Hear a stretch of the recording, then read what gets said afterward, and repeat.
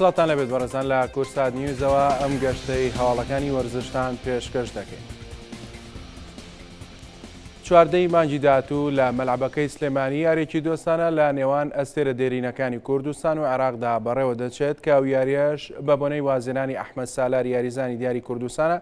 کە ساڵانێکی زۆر لە یانەکانی کوردستان دایاری کردو و ئەنجامی بەرچاویشی هەبووە بۆ یانەکان. هەروە ئەحمەد سالار گۆڵکاری مێژووی خولیانەکانی کوردستانە کە خاوەنی 45 گۆڵە و هەروە ئێستاش لە سۆدیۆی کورسات نیوز لەگەڵماندا ئامادەیە. کاک ئەحمەد زۆر بەخێر بێت. زۆر سپاس کاک ژارجان. کاک ئەحمەد وەکو باسمان کرد لە هەواڵەکە چواردەی مانگ ئەو یاریە بەڕێوە دەچێت کە وەکو باسمان کرد لە نێوان ئەستێرە دیارەکانی کوردستان و عێراقدا. بەڵام پێش ئەوەی بچینە باسکردن لە یاریەکە و لە بەڕێوەچوونی یاریەکە و بۆ چی شتێک بەڕێوە دەچێت، ئێمە سەرەتا پێم خۆشە بازەوە بکەین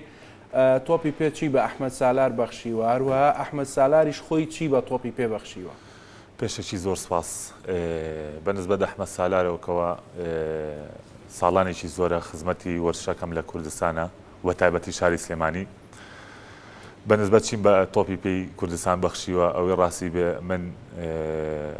ساڵانێک خزمەتی یانەکانی کوردستانم کردو بە تێکڕا دەستکەوتی تاک و کۆمەڵم هەبووە لەگەڵ یانەکانە. بەنسبەت هاندەرانیشەوە با بڵێن ڕێز و خۆشەویستیم وەرگرتووە لەلایەن هاندەرانەوە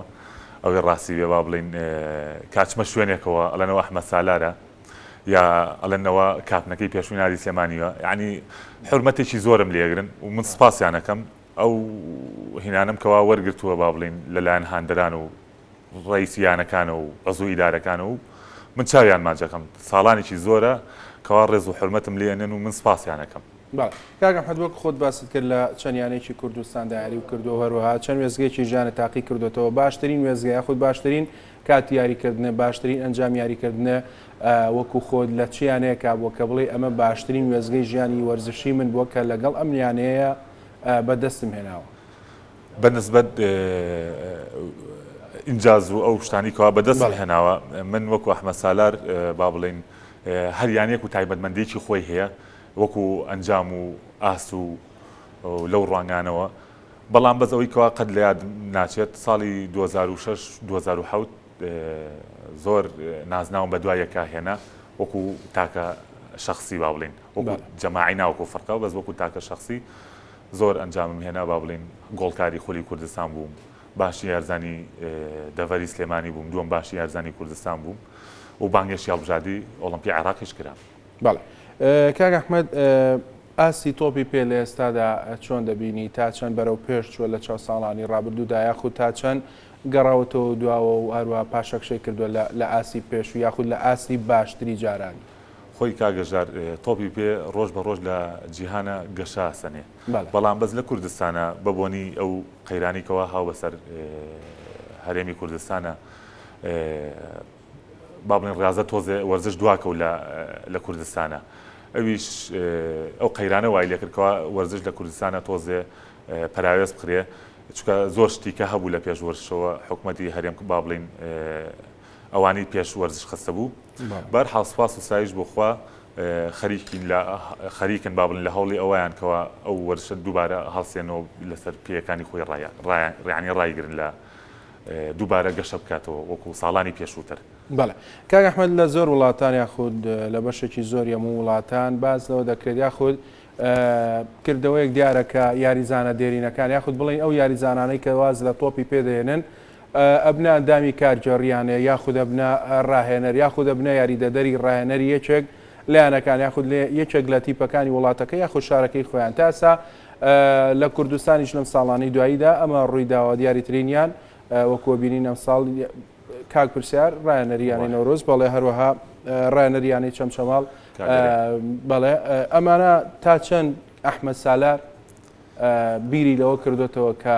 ئەویش بە هەمان ڕێچکەدا بڕوات یاخود نەخێر ئەحمەد سالار بە یەکجاری وازە تۆپی پێێنێ و ناگەڕێتەوە بوارە؟ خۆی کاگەژار شتێک هەیە با بڵێن لە وەرزشە با بڵێن لە کوردستان من باسی شاری سلێمانیەکەم بە تایبەتی ئەوەی کەوا فەرموود کاک پرسیار و کاک هەرێم کەوا ئێستا ڕاهێنەری دوویانن. کاک پرسیار ئەنجامێکی بەرچاوی پیشانیایەوە ئەنجامی هێنا، دووەمی خولی کوردستان بووتر حەسەب زڕۆفەکەی تر لە یاریەک هینکوواژنا دەوریە بێت و کاگەرێمیش توانی یانی چەمچەماڵ سەرخاتەوە بۆ خولی پلە یەکانی کوردستان. بالنسبة لأحمد سالار وبابلين غيري أحمد سالاریش كوا بردوام بين الورشة بردوام نابي أتوانا بلا من رياضة لشاري سليمانية كم يعني هي بونمونا لشاري سليمانية لخولي نائبي كردستان بن يا لخولي بلاي كان بن اما بيشوتر بابلين چنهار راهنر دیاری کراون ام راهنرانه راهنریانه کان بون استا بابلين یکدوانی چان ماون کوا لتمنی بابلين لما گورترن ئەوانەش لاچنە و کاتە ڕێگە بۆ ئێمە چۆڵ کە نێمەش بینە پێشەوە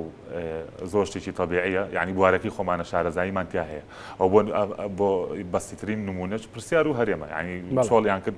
پرسیار و هەرێمە هاتنە جێگاکان نەتیجەشیان هەبوو. بەڵێ ئێوە بەڕێستان وەکوەوەی کە باس لەوە کرد کە شارەزاییتان هەیە ئایا هیچ بڕوانامەیەکتان هەیە بۆ ڕانەری تاوەکو بتوانن بەبێ کێشە ڕانەریەکێک لە تیپەکان بگرناسۆ کاک هەژار خۆی لە ڕاستیە ئەوە ساڵانە خولەکرێتەوە باڵێن خولی ڕاهێنەران ئەوە شتێکی زۆر تەبیعیە توانی بەشدار بێت باڵین کە خولێک کرایە بەڵام بەس من لێرە چێڵم من ناچمە جێگەیەکەوە بۆ نمونە پێشووتر بۆ نمونە کاگەژار مدەڕی بووم بووە بۆ نمونە بچم جێگاکی ئەو چاوم لە جێگاکی کاگەژار بێ تێگەی هەتاکو بە یەکجاری خۆی واز لە ڕاهێنەرایەتی خۆی جیهانە وایە ڕاهێنەرێک واز لێ بێنێ بڵین کۆنگرێکی ڕۆژنامەوانیەکە ئەڵە من وازم لە کاری ڕاهێنەرایەتی هێناوە تێگەی من پێم باش نییە شخصی خۆم بچم بڕوانامەیەک بەدەست بێن و چاوەڕی ئەم ڕاهێنەر بکەم کەوا واز بێنێت و بڕۆمە جێگاکەی تا بە یەکجاری ئەوانی کەوا پێشووتر ڕاهێنەرم بوون وازنێنن من نایەمە پێشەوە هیچ یانەیە داواکاریە ڕاستە پێشووتر ینی سلێمانی ئەندامی کارگەڕ یاخود بۆ ڕاهێنەری هەر یەک لە تیپەکان بێ لە ئاستە جیاوازەکان کاگەژار پێشووتر کەوا ینی سلێمانی کەوا هەیئی ئیدارەکەیان هەڵبژێرانەوە پەیوەندیان پێوە کردم لە ڕێگەی کاگەی بۆەوە ئەوش جارە هیچ چالاکیشیان نییە ئەگەر چالاکیان هەبێ من لە خزمەتی نەگیانی سلێمانی هەموویانەکانم. بەڵێ کاک ئەحمەد با بچینە سەر باسکردن لەم یاریە دۆستانەیە کامە بۆ یەکەم جارە پێم وابێ بە بۆنەی وازێنانی یەکێک لە یاریزانە دیارەکانی کوردستان یاریەکی لەو شێوەیە ڕێک بخرێت کە ئەستێرە دێرینەکانی هەڵبژاردەی عێراق و ئەستێرە دێرینەکانی کوردستان یاریەکی دۆستانە بکەن بەڕێوەچوونی یاریەکە حەزەکەم لە دەمی خۆتەوە بۆ بینەران و بۆ مەشی ڕۆمکەیتەوە لە چ کاتێکا بەڕێوە دەچێت. بەڵێ کاگەژار خۆی ئەمە بیرۆکەی خۆم بوو ئەم یاریە بە بۆنەوەی وازە هێنم با بڵێن نزیکەی 90 ساڵە من خزمەتی تۆپی پێی کوردستانەکەم هەسان پەیوەندیم لەگەڵ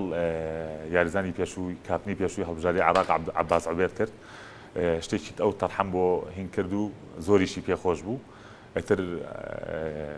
زۆریان پێخۆش بوو کەەوە یاری ئەنجام بن ئیتر ئێمە دامان ناوە چواردەی شەش ئەو یاریە لە یاریگای سلێمانی کرێت لەبەر هاندەرە خۆشەویستەکان زۆر هاندەر داوای ئەویان کردووە زۆر خەڵک داوای ئەویان کردووە یاریەکەش بە شەو کرێت ئێمەش لەبەر هاندەرێک خۆشەویست کردمانە سعات 9 شەو کەوا یاری ئەنجام بین ئەو یاریە مێژوویە بە مێژووی شاری سلێمانی شتێکی وانە بۆ بە کوردستانیشەوە با بڵین یاریزانێکی وها واز بێنێت و ئەو پێکهاتی هەڵبژاردی کوردستان و عێراق لە یەک بات و دژی یەکتری یاری بکەن ئینشاءڵڵا چواردەی مانگ ئەو یاری ئەنجامە درێ. بەڵێ هاتنە ژوورەوەی هاندەران بە چ شێوازێکە بێت و چۆنیە بێت یاخود بڵێن بەبێ بەرامبەر هاندەران ئامادابن یاخودەوە چ ڕێکارێک کراوە. کاگەژار خۆی لێرە ئەمە ویسمان ئەوەی ڕاستی بێ بیدایەت وا ڕێکەوتینکەوە بیکین بە بلیتەکەشی پارەکەی با بڵین بگەڕێتەوە بۆ یاریزانی پێشووی یانی هەولێر دیار ڕەحمان چکە تۆزە ناساغا ئەتر لەبەرەوەی کەوا وەزعەکەش زۆر لەبار نییە کە هەر هاتن بۆ هەمووان یعنی نەمان کردو بە بلیت ئێمە یعنی ئەو بەرنامەیەمان لە مێشکا بوو کەوا یاریەکە بکەین بە بلیت بەڵام بەس لامان برد لەبەر هاندەران بۆی زۆرترین هاندەر بێت مش داوایان لێکم وەکو یعنی ئەحمەد کەوا بێن وەکو وەفایەک بۆ ئەحمەد بێن زۆرترین هاندەر لەو یاریگە ئامادە بێت. ئەو یاریزانانن چێن کە لەم یاریەدا بەشداری دەکەن لە کام هەڵپێکات لە هەڵبژاردەی عێراق سەرەتا دواتریش لە هەڵبژاردەی عێراق دیارترینیان ئەحمەد ڕاضیە یونس مەحموودە عەباس عوبێدە هەوار مەلا محەممەدە نور سەبریە عەلی حسێن ڕەحێمەیە هەروەها بێتەوە لوئەی سەلاحە ئەحمەد سەلاحە یاریزانی زۆر بەناوبانگی تیا ینی زۆرە من سەرناوەکانیان لێرە هینکە بەڵام بەدەسەر دیارەکانی ئەمە جیلی هەشتا و 90 و 2000ەکانی تێکەڵاو کردووە لەسەر و هەمووشیانە حسێن سعید ڕێی زۆفدیانە. بەڵێ زۆر ئەی ئەوانەی کوردستان یاریزانەکان ئەوانەی کوردستان تەبعاً ئێمە لە هەموو شار و شارۆچکەکان باوڵین کۆمان کردوونەتەوە چ لە پارێزگای سلێمانی و هەولێر و دوهۆک و کەرکووک و ئەمانە بە تێکرا دیارەکانی کوردستانن ئەمانە هەمووی زائیدەن گەرمیان و شارە زوریشمان تێکردووە دیارترینیان ڕافت بەدەدینە خالد مشیرە سەفانوریە حەمەی کەریمە مێ ئاماژەی پێکەم کاکە حەما یاریزانیشی دێرینی ئەم شارە بووە بەڵام بەس تۆزە ناساغە ئیشەڵا کە باش بوو و گەڕایەوە لە دەروی وڵاتە بێتەوە ئێمە پێی گەورابین ئەویش بەشداری بێ ئەنی زۆر یاریزانی ناوداری تایە لە هەڵبژاردی کوردستانی ئیشەڵا ئێمە پێشوەخت ناوەکان بڵاوەکەینەوە بەڵێ بیرۆکەکە وەکو باست کرد تەنهای خۆت بۆ کە قسەت لەگەڵ کاپنی پێشووی هەڵبژاردی عێراقدا کردو ئەمە دروست بووە بەڵام دابینکردنی شوێنی مانەوە هەروە لایەنی دارایی بێگومان ئەم یاریزانانە کە دێنە سلێمانی بێگومان مانەوەیانەوێ هەروە لە ئۆتێلە یاخود خواردنیانەوێ ئەمانە چۆن سپۆنسەرە کراوە یاخود کێ هاوکاری تەکات بەڵێ خۆی لە ڕاستیا و پرسیارە زۆر جوان بوو منەمێ لێرە ئاماژە بە چەند کەسایەتیە بکەم لەسەر و هەمویانەوە کاک پاڤێڵ تاڵەبانی کاک شێخ لاور لە ڕێگەی کاگێرشەوە کاگێرشی جێگیری سەرۆکیانی نەورۆز کاک شاڵاوی کاک وەسرەت منەمێ ئاماژەم ینی پێیان بەم چکەمانە هاوکاری کرد ینی هاوکاریان کردوین هەر یەکو لە شوێنێکەوە با بڵین کاک بەرزانی ئەحمە کووردە کاک هەڵۆ پێنجوێنی کاک مەلا بەختیار کاک مەلا جەبار کۆمپانیای قەیوان و ینی وەرشی نەورۆز لەسەر و هەمویانەوە ینی بیرۆکەکان زۆر پێ جوان بوو ئەوان پشتیان گرتم بەڕاستی ینی با پیا و بێسفەر نەبێ بەرامبەریان خۆشم یاد ڕۆژە لە ڕۆژان یارزانی و یانەیە بووم و ینی وەرشی سلێمانیش وعد وایە کاک شێخ جعفەریش هاوکاریمان بکات لەگەڵ کۆمپانیای ئاسیاسیەڵە ئەمانە هاوکاریمان ینی ئەمانی پێشووتر هاوکاریان کردوین بەڵام بەزەوەی کەوا کاک شێخ جعفەر و ئاسیاسیەڵ قەول وایە ئەوانیش بێنە سەر هێڵ مەش بەیوانەوەی یاریێکی مێژویی و یاریێکی خۆش ببینین ئینشاڵڵا ئێمەژ ئامادەبین لێوە کاک ئەحمەد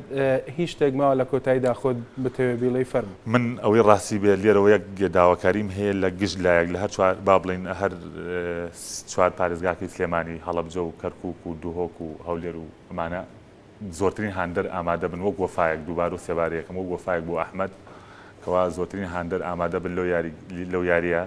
و ئیشاءالله یاریێکی خۆشە بێ ئەو یاریێکی گەرم و گوڕە بێ لەبەر ئەوەی ئەو یاریزانانەی کەوا ئاماژەم پێکرد لەم یاریگایە یاریان نەکردووە و زۆر سپاسی ئەوەژەکەم زۆر سپاس بۆ ئامادەبوونی ئەحمەد سالارێ مەش بە هیوان لە ساڵانی داهاتوودا یاری زیاتر لەم شێوە ببینین و هەروەها داهات یاریەکانیش ئەگەر بلیتەکان بکرێت بە پارە و کاتە داهاتەکەی بۆ کاری خێرخوازی بەکاربێنرێ و زۆر سواز بۆ ئامادەبوونی ئەحمەد سالار یاریزانی پێشووی بەشێک لە یانەکانی کوردستان سواز بۆ ئامادەبوونی ماندوومان زۆر سپاس